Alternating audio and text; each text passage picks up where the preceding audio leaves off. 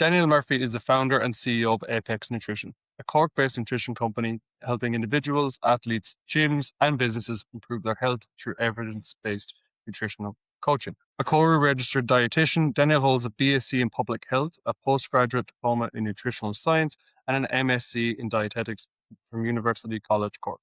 Over the last 6 years, he has built Apex Nutrition from a side project while studying into one of Ireland's leading online nutrition services, supporting thousands of clients across weight loss, performance nutrition, digestive health, and corporate well-being. As a long-standing SAOR member, Daniel has also experienced the challenges of growing a service-based business firsthand, from finding clients, building authority, to developing systems, hiring staff, and scaling beyond himself.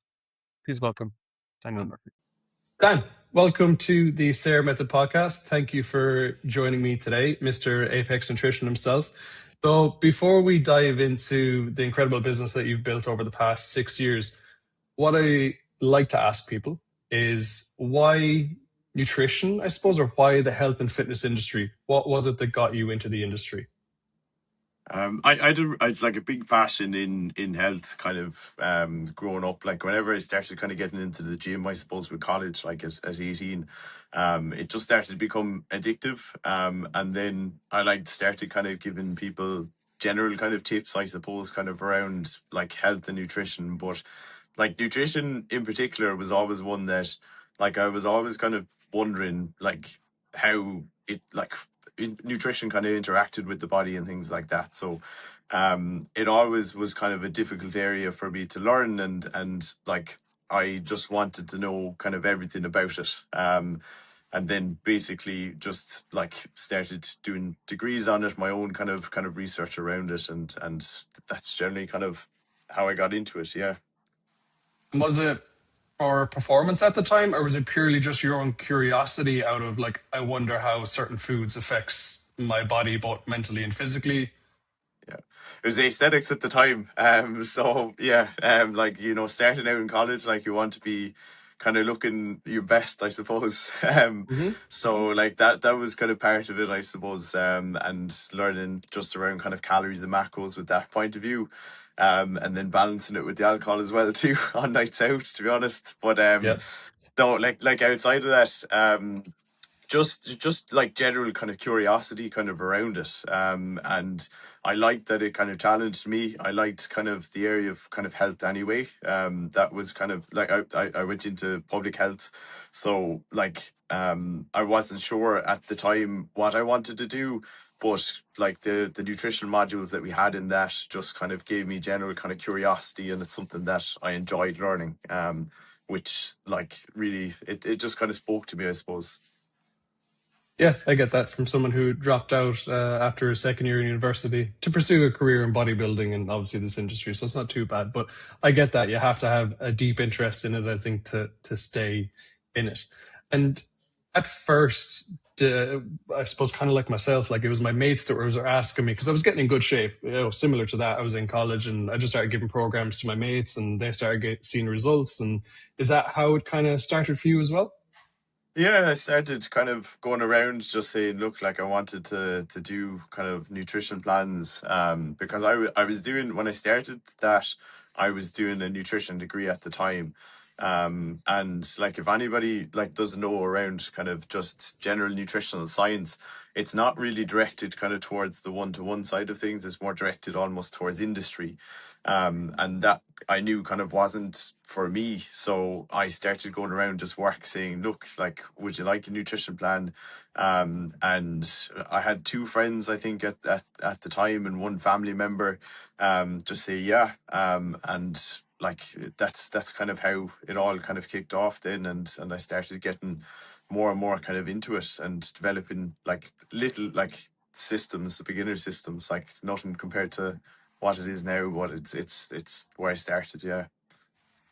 I think that's an important part to note, though, because there's going to be people who are listening who are maybe considering getting into the world of nutrition and trying to start their own business. And, you know, looking at Apex now and the scale that it's grown to, like you said, and a team around you and the hundreds, if not thousands of people that you work with, it's unusual to see that it started with just asking mates kind of, you know, do you want help with your nutrition?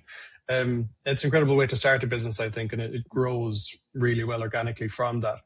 what would you say, was there any limitations behind like turning a passion into a business? Because I know a lot of people struggle with that element of it, and actually having to, so going from handing out, you know, your mates, maybe charging them a little bit or not charging them at all, to then asking for money. Did you find Yeah. that difficult? Yeah, so I think with like every stage of business, I have like a small bit of anxiety in terms of like actually progressing onto it. And like especially at the start when so I remember my first paying client, and like it was a referral from one of those original kind of friends that I actually took on. And I just remember like being on the phone to them and the anxiety around asking for it was a tenner a week kind of at the time. So I was just there like sweating it, saying like, look, it's going to be €10 a week.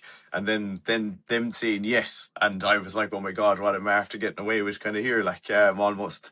So like that it's almost kind of like an imposter syndrome, like I suppose, kind of that, like, and I still get it today. Like I did just even the marathon kind of event, the expo kind of just at the weekend, and basically just even going to those events just after a bad experience last year, like the anxiety is still the exact same, but just for different things and different stages of business. But you just kind of have to push through that, and like grow, because like each different stage of business like requires different kind of mindset and almost that growth. And going back to the start of it, it's even with the phone calls, I always say was my biggest fear, like sales phone calls, because in college they teach you how to be kind of like a good practitioner, but they don't teach you how to be like a salesperson, a marketing person, an accountant. Like they don't teach you all those different things, which are like now they're great skills to learn. But jumping on the phone like at the start, having to ring people, I always say it, but like I had to watch the Wolf of Wall Street motivational video on YouTube, and I was there in my room banging my chest, just trying to actually ring people and sell them this kind of program. So yeah, the main thing is overcoming those kind of anxieties just really by pushing through it and seeing your own vision kind of with the business. And you started this alongside actually still being in university, still studying, right? Yeah, so I started it. I was finishing up as a healthcare assistant in a hospital. I spent a year working there, just waiting for the dietetic masters to come along, because that was the first year that it came to UCC. And then like that was all kind of non-paid clients, and then kind of going into university, I started kind of having paid clients. And yeah, basically I've done study placements. There was times I did place my final placement, which is the big kind of important one for dietetics, in Tipperary Hospital in Clonmel, and basically had to run home from like the 9 to 5. If it extended to 6, I had to run faster, and basically put my fit food in the microwave and eat it going up the stairs. And then I was on to clients and stuff at like 6 till 11 that night. And then I'd pass out and just repeat the cycle for about 12 weeks. So that was really tough. There was points of that where I was like, Jesus, is this worth it at all? Like, but again, like there's always going to be kind of tough times with business, and if you don't kind of get through those parts, then like you're just going to find the next parts even tougher. Like it just builds that resilience, I think. So yeah, like building that resilience around the anxiety and also your drive to do things, I think is super important. I agree. And was there ever a stage where you're like, I definitely want to have my own business. I want to be self-employed. I don't want to work in the hospital settings. And did that start fairly on? Like, you know, when you were 16, 17, did you think, oh, someday I'm going to work for myself? Or was that something that just developed through your studies and your learning in university, when you're like, maybe the public sector isn't for me?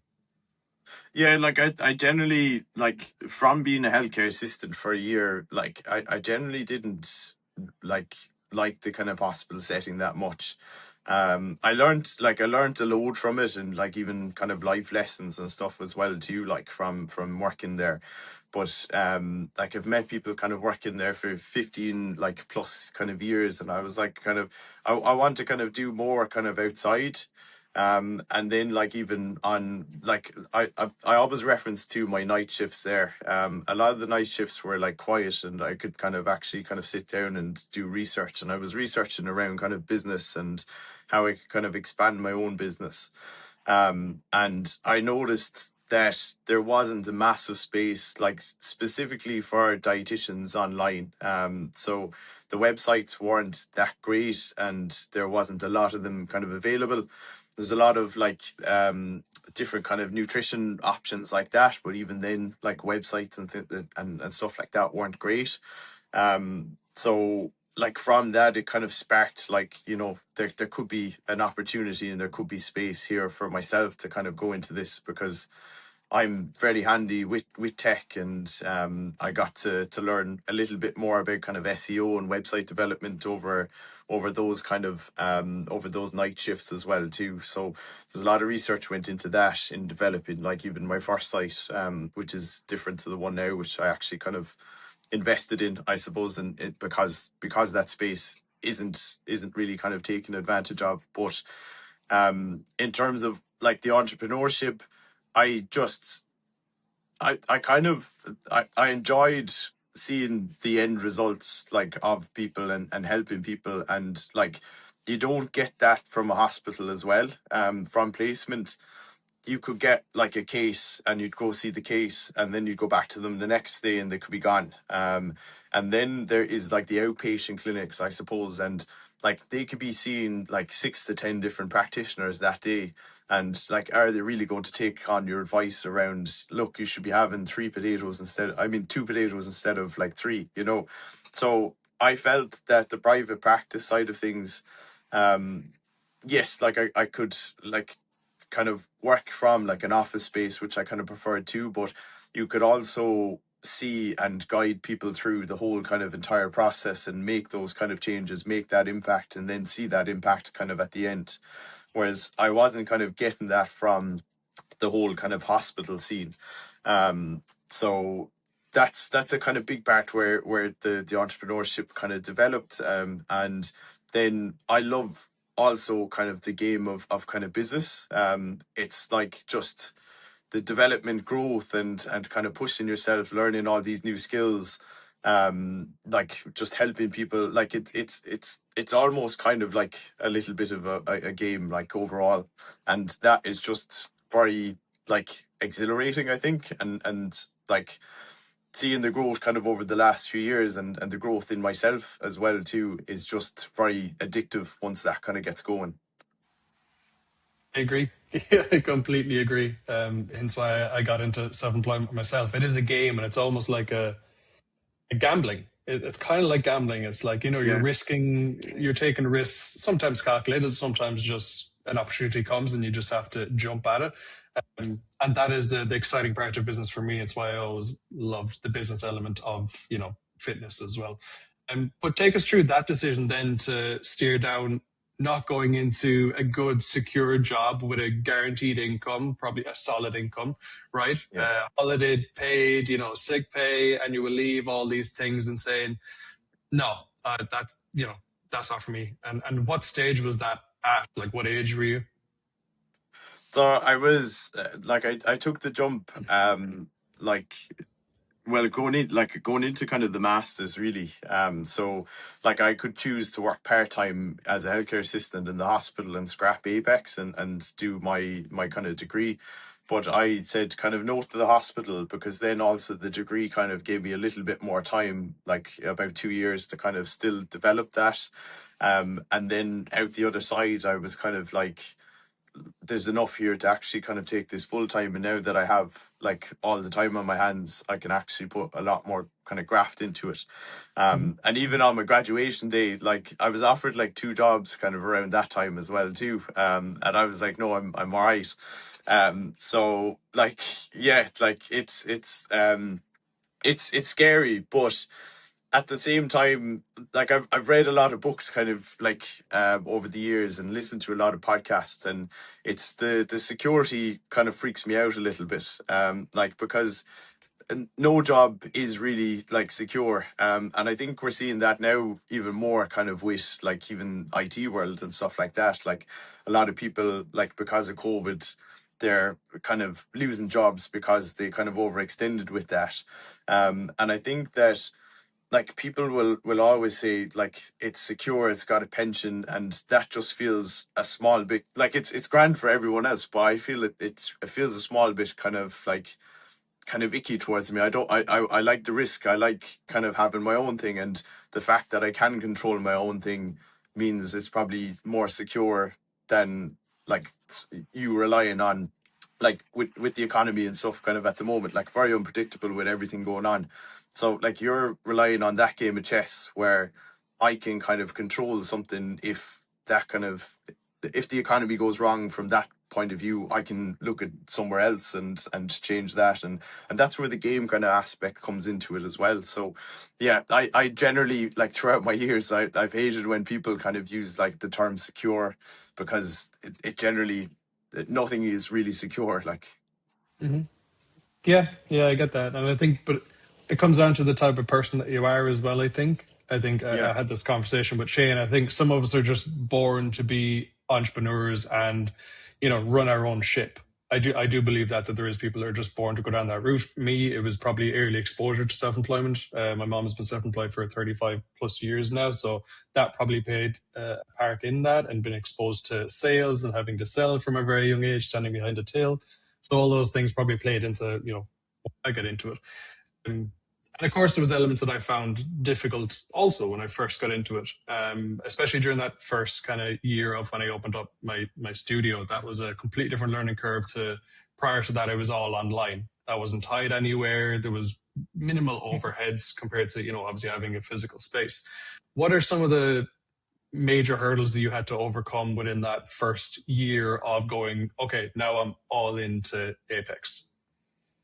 Yeah, it's like at that stage kind of like I've kind of got into to sales and things like that, but I think kind of early on I started to take kind of on people. I started the kind of hiring process, um like probably I think it was about like 6 to 8 months in kind of being like full time. And like even taking on kind of my first person like that. I always joke that I started my own business as well too, so I didn't have to do interviews because I was terrified of doing interviews and writing CVs as well too. So actually being on the other side of it is like kind of ironic then, because like I didn't know what I was at. I've never interviewed anybody of my life, never looked at another person's CV really either too, because I was just out of college. So I think like that was a massive learning curve, and learned a lot from Shane kind of through that, because he helped me through just even the first few interviews like that. Um, and just making sure that like number one, like the reason you're bringing on people is to delegate that work as well too, is another thing like that. You have to hire kind of good people with like a similar kind of passion as well too, but that might be different to you, that kind of bring out like different strengths of even the business as well too. And like like with everybody that I have brought on, like I feel like I've been lucky enough that like I feel I've gotten that out of them, or they've kind of even gotten things kind of out of myself as well too. Um, so that was a challenge in itself. Finding the kind of right people, and learning like not to hire directly kind of like people just like myself. And then Mhm. the delegation aspect is definitely a bit of it takes a bit of learning at the start that you can't operate everything and then also grow the business as well too. So I think throughout business, like even now, that's like still a challenge, not as much as back then, but um yeah, I think that's one obstacle that if anybody wants to grow, they do have to really just kind of look at their systems, look at their team, and see, is there anything that they can kind of give the team that they can kind of put more time into the growth aspect then. What was the decision that turned you towards, okay, I need to start building a team now and I need to scale? And was it at that stage when you started working with SAOR? No, I started really early on. It was like 4 months into kind of my first kind of paying client. Like, so I've probably been with Sarah like 6 years, like as well as starting the business. So what was the original question again? But what was the defining moment to say, I need to start building a team? Was it Okay. time, or was it financially the business is in a place now where I can afford? Because this is a big decision for a lot of businesses. Yeah. Is like, was it financially a good time, or was it more the fact that I cannot scale, I cannot work any more hours in the day, or was it a combination of the both? Yeah, it was a combination, definitely. Like I was working with a lot of clients kind of at the time, and just because of that, then it made financial sense. Like really, that to take someone on, and like how I normally do it is take someone on like really part time, like kind of 20 hours, like kind of at most. So that it's kind of a nice bit of a kind of gradual like increase then to them becoming kind of full time. um and yeah, like it was mainly that, and like I knew at that point I would have to kind of delegate the work, because it just becomes, there's a point where it becomes kind of overpowering like that, and you don't want to be working like 60-70 hour weeks, like because you also, like, the big aspect of being self-employed is that you also need a life as well too. The business can't be your life. Yeah, I might get you to repeat that one again, because that's a very important statement right there. A lot of business owners forget that. I definitely forgot that. But I think early on you do forget that, like, because you're doing all the things. You have to, I think, to be honest, you have to Yeah. learn how to build your website like you did. You invested, some time in learning about SEO and websites and marketing and branding and sales and all these elements that make up, I think, a good, business owner and a good leader, because that then allows you to pass on the skills that you've developed and learned to your team ultimately. Something that I hear a lot from both members of SAOR and business owners is, oh, but what if I bring on someone and they leave and bring my clients with them? What would you say to that? And was that a thought that you had also? Yeah. So my big thing is that, like, Shane says it all the time, is that everybody leaves like eventually. So like that's kind of a big one. Like that, like your team members will like leave eventually. Like possibly, hopefully they don't. That's going out to all the Apex team at the moment. Don't leave me. um but yeah, like I think, like, if people are kind of also getting clients from that way, like you generally kind of do need to kind of build from the ground up, and like have your own kind of like your own business, your own brand message and things like that. And I think, like, if you're there kind of taking clients as well too, like, it's not reflected well on your business. It's not developing kind of many skills as well too, in terms of getting those clients. And it's kind of like, then, where do you go kind of after those clients as well, because you haven't developed any of the systems. Like, it's grand for the short term, but longer term, business becomes hard. You have to again kind of develop those kind of referral and lead systems, and they mightn't be there. So like I would say it's just really kind of having trust in your team, building a really good kind of culture, and like almost like in Apex, it's almost kind of like a friendship kind of as well too. Like it's like it's a small team, so we're all kind of close like that as well. So I've complete kind of trust in the team like that, and it's just like having that, and just trusting that they are the right people that probably wouldn't take the clients, because, yeah, because of the first reason, like, I suppose you need those systems in place. I think you also made a great decision early on as well. And it's probably a decision that, well, I didn't make it anyways, know that much. My first business was called DC Fitness, Daire Curley Fitness. You Yeah. chose Apex. So what was the decision there, or was it advice from Sarah, from Shane, or what was the decision behind doing, uh, Dan Murphy Nutrition versus Apex? Yeah. Why choose a brand over you? And I know they're one of the same, a brand is much the same, but what was Yeah. that decision like? But if you ask me now, it's great for corporate reasons. I suppose that like it's more of a brand that's separate to me and it looks more corporate. If you asked me 6 years ago, I'd say something different. So basically, in the hospital, so like this is how I actually kind of came up with the name. But as a healthcare assistant, sometimes you'd have to special kind of patients. And there was this one kind of, so I did like 7 nights straight every kind of 8 weeks. And there was this kind of one night, well, there was 1 week, one block of nights where I had a special patient for 4 nights, and basically just sit in a chair and just stare at a wall because the patient actually kind of slept through the night every night. So I was kind of like going a small bit like demented the first night, and then I was like, look, I have to bring my phone in or a book kind of the next night. So then started researching just different names around kind of business and going through like generators and things like that. And it was Alpha Elite was big at the time. It's Christian Guzman. So I was like, oh, Alpha Nutrition sounds kind of cool, but I was like, it's too close to that. So then I was like, kind of Apex because I haven't really heard it around the place, and it sounds kind of cool as well too. I think so. So it then started to go with it, and then it kind of developed into our kind of like our mission, and it's an acronym now for something. So the A is accountability, P is perspective, because we like to kind of almost zoom out of the nutrition problem and kind of tackle it from all angles, like kind of dietitians would. E is the expertise, and then the X is excitement. So with a capital X, yeah. So we like making nutrition fun because it can be a boring enough topic as well too. So that's something that like I wanted the expertise, but I also wanted the kind of excitement and the fun behind it, because I think that's my own kind of personality as well too, kind of intertwined in it.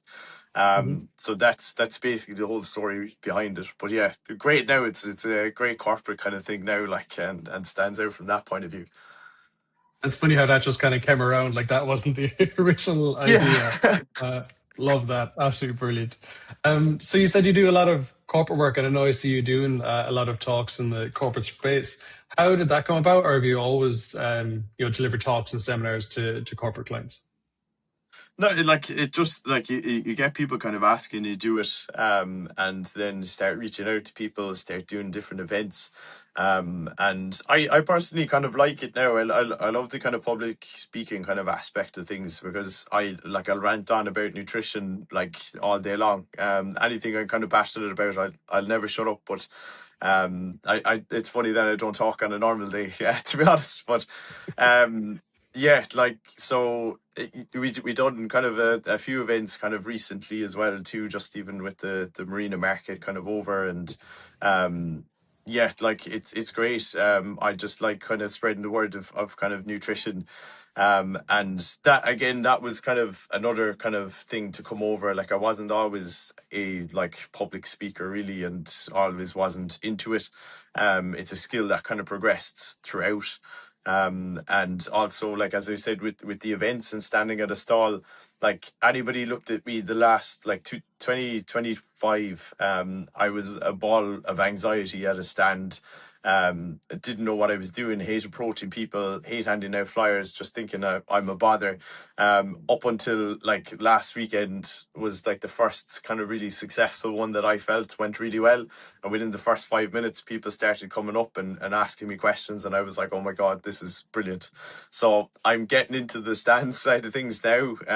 So yeah, like I think from the outside in all the time, like on social media, you get the kind of good aspects of things, but like this stuff never really gets out. So yeah, like it's again, it's just a skill you have to develop, have to learn. And then kind of the better you get at it, the more kind of comes from it. Great point. And given you're an online business predominantly or wholly, right? You deliver all your services online. Do you use social media, and how much of an impact would you say that has had on growing and scaling your business and getting more clients? Yeah. So I used it as a trust tool, like for the last few years, really, that like I was posting on it and that people could kind of go to it and see, oh, like this is a real business. In terms of growth, not until like this year. I'm really putting effort into it now this year. Like I always kind of put effort into like the website kind of traffic and things like that. And like even with TikTok at the moment, I think I've posted every day for the last kind of 3-4 weeks. And I'm going to keep going with that, so you can hold me to it as well too.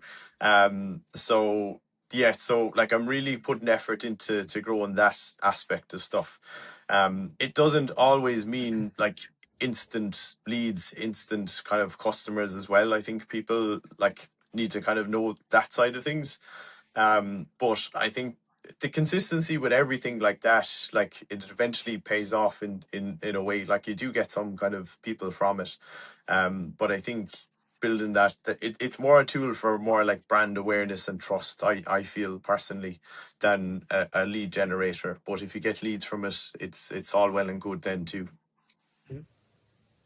I agree. I always say that about social media. It's kind of, it's your shop front, it's your trust. It's, it's showing here's kind of what we do. Cause I think most people's patterns now, if we're looking for a service-based business, is we'll go to Google, right? Predominantly. Mhm. We'll probably land on a website, or we might land on a Google map listing or something like that. And then I personally usually go to a social media channel. If it's easily linked on their website, I can click on it, because that for me is like, okay, they're posting regularly, so that means they're legit. I'm seeing, what they're doing with their clients or with their services.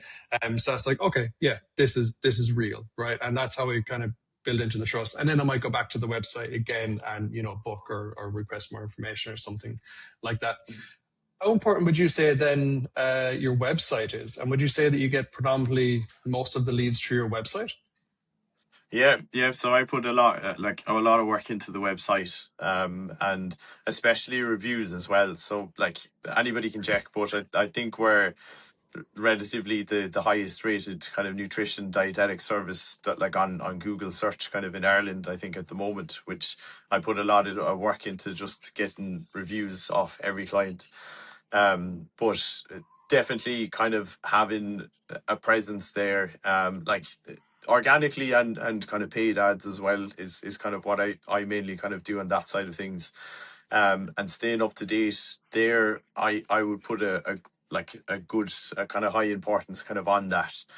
And specifically now, like with the trend of AI, it's even becoming kind of like more visible through like AI chatbots and things like that as well too, and making sure that your website is readable like from an AI perspective. So it's always kind of progressing like that, and like with those trends, it is important to stay on top of them, and just make sure you don't fall behind, because at the end of the day, I always think like if I'm not doing it, the competition is going to do it.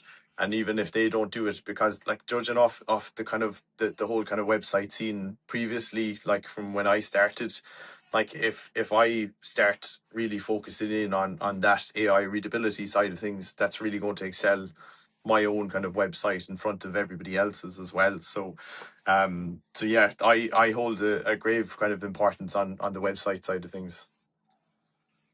It's actually a very good point, actually. And one of our coaches recently became the personal trainer recommended by Google Gemini in Cork. Thought it was really cool. And he said he did that through exactly just what you said, right? Reviewing his website, making it very AI friendly, and lots of link backs to him on various different websites. So he became the recommended guy from Google Gemini. Thought that was really interesting and something that sent me down a rabbit hole. I know that Mm. much. And on the topic of AI, Dan, are you scared? Are you excited? Do you see it, replacing you? Because I can just, effectively, I can go into ChatGPT, Gemini, whatever I use, and I can ask it to do me a nutrition plan and so on and so forth. Does that element scare you? So I actually love it. I love AI. I use it in all my systems, and like I see now, kind of like it's not like AI is going to replace the dietitian. Like it's the dietitian using AI and knowing the systems will actually replace that dietitian.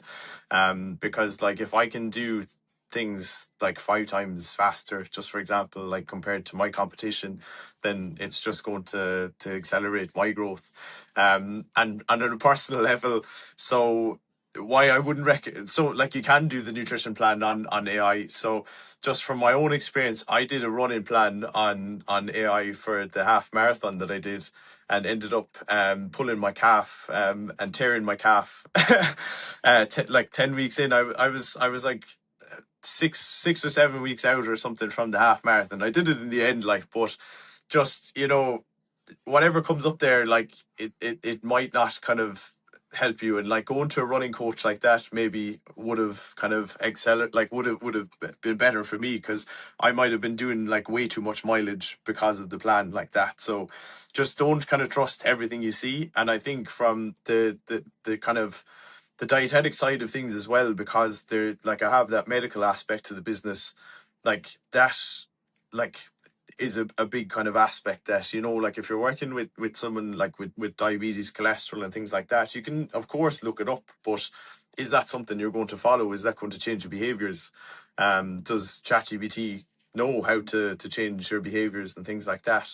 And I think like what keeps even not even dietitians but the whole health business around is that people need accountability at the end of the day. Accountability isn't going away.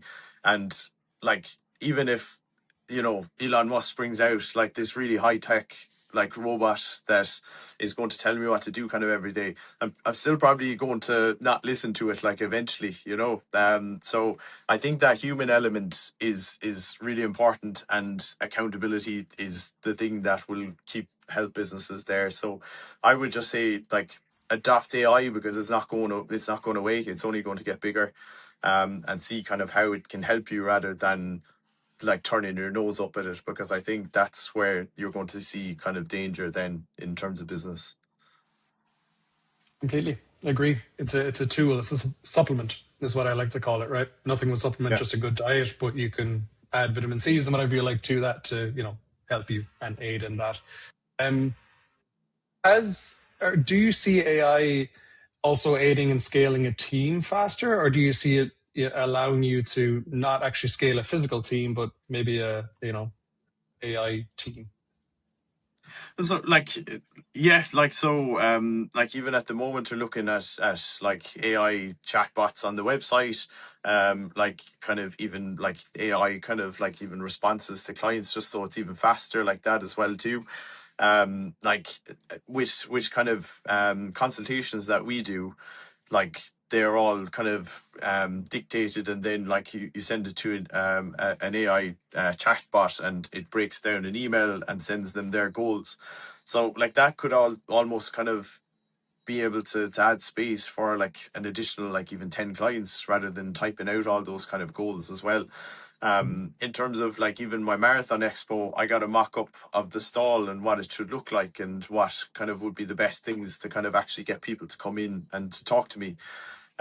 Like it's all these different things, and like my flyer that I had on the day was all because, again, like AI generated it, and I kind of changed that around in order to kind of fit my to fit the brand and things like that. So the kind of the thing with AI is just knowing like how to prompt and what to prompt it for in order to kind of speed up those tasks. But in terms of the consultation side of things, I don't think it's like at a stage to kind of replace that kind of yet, and then like replace kind of staff. But again, like from the service standpoint, it's just going to kind of speed that up for myself and give me probably better ideas and ways to test ideas in order to kind of improve the service. Great points.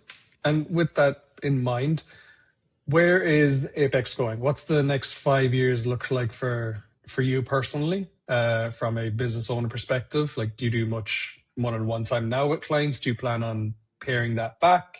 And where's the business going? So like I do hope to kind of pare it back eventually. Like I still want to kind of really kind of push for growth. Just kind of at the moment. Since starting out, I always wanted a team of like 4, kind of including myself. So we're almost there kind of now. Probably in the next kind of like hopefully few months that it could be kind of at that. So like I really like my ambitions kind of down the line is to kind of really take over maybe kind of the health space and have maybe a team of kind of allied health professionals, even like things like psychology and things like that, just because I find it's very linked to the business at the moment, and actually would kind of help current clients as well. So that's just kind of all up in the air in terms of ideas kind of at the moment. And then like I'll have to come out with a course or something or a book at some stage, I think, as well too. That's the natural progression, I think, in terms of business. Something like that. But yeah, like my main kind of like personal goal is to try and kind of calm down the business aspect in the next kind of 5 years. Like have like fairly regular one-to-one clients, and have fairly regular corporate clients like that as well too.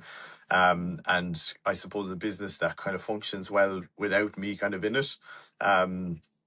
So that I can do kind of a little bit more kind of travel. So my plan at the moment, I'm moving to Budapest for like 5 weeks just to kind of test out remote working as well this Sunday actually. So yeah, so like that's something I wanted to do for ages, and just because I love the travel aspect. So hopefully more of that as well too in the next kind of 5 years, just living in random places.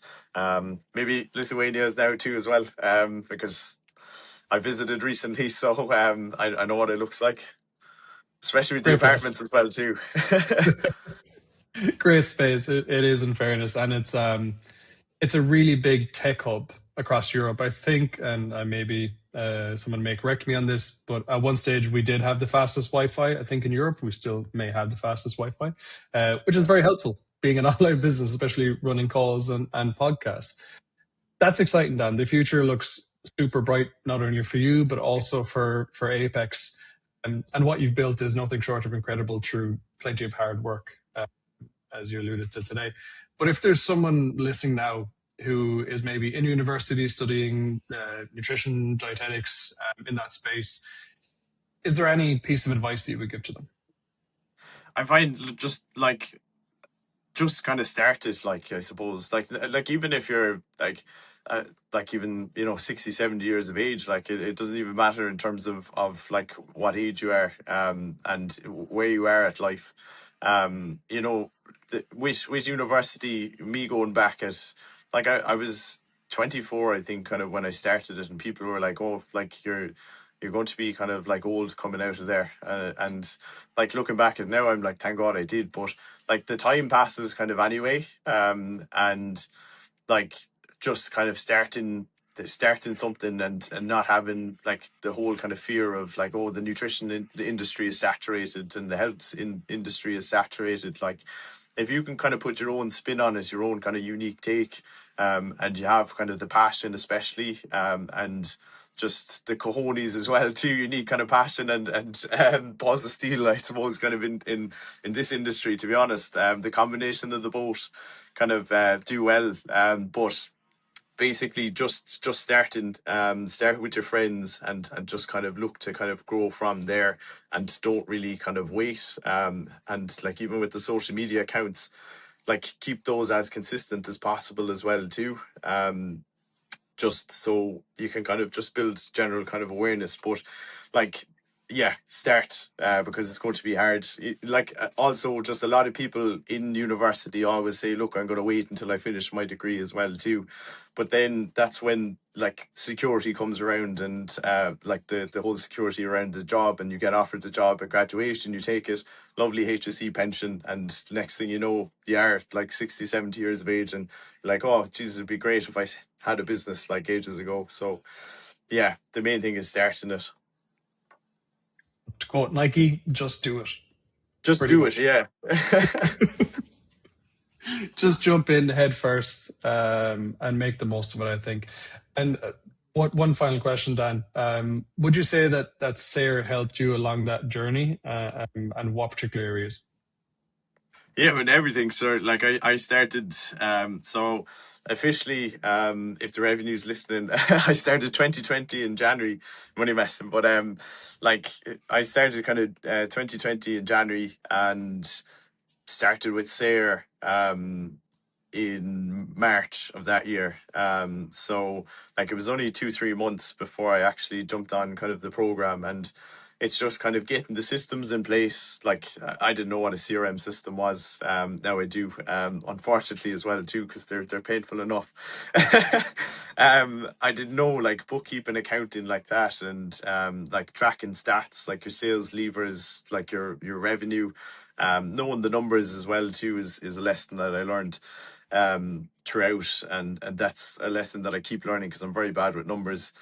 I think like in the whole kind of entirety of kind of the business progression and what you need to know, like is great in terms of SAOR's process. And like from your own aspect, it's just kind of putting in the work as well too, kind of, because it's great having those systems, but if you're not kind of openly kind of actually reaching out to clients and doing those kind of sales calls, then like it isn't going to work. So you do have to kind of show up as well, I think, kind of with the whole entirety of the process. But as I said from the start, like you can be a good, personal trainer, you can be a good gym owner, you can be a good nutritionist, dietitian, but at the end of the day, like it's a totally different ball game to business and being a good business owner.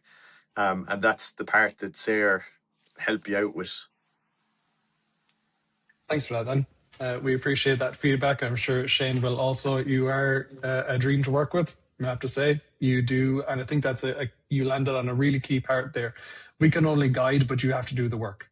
We'll make sure to keep you accountable and we'll guide you down the right path, but ultimately the buck stops with you. You're the one that needs to put in the work. Obviously, you have put in that work, you have scaled the team and built an incredible business, and you're going to do that, for many, many years into the future. I wish you all the success. All of Dan's links will be below, especially his TikTok, because we will hold him to that one.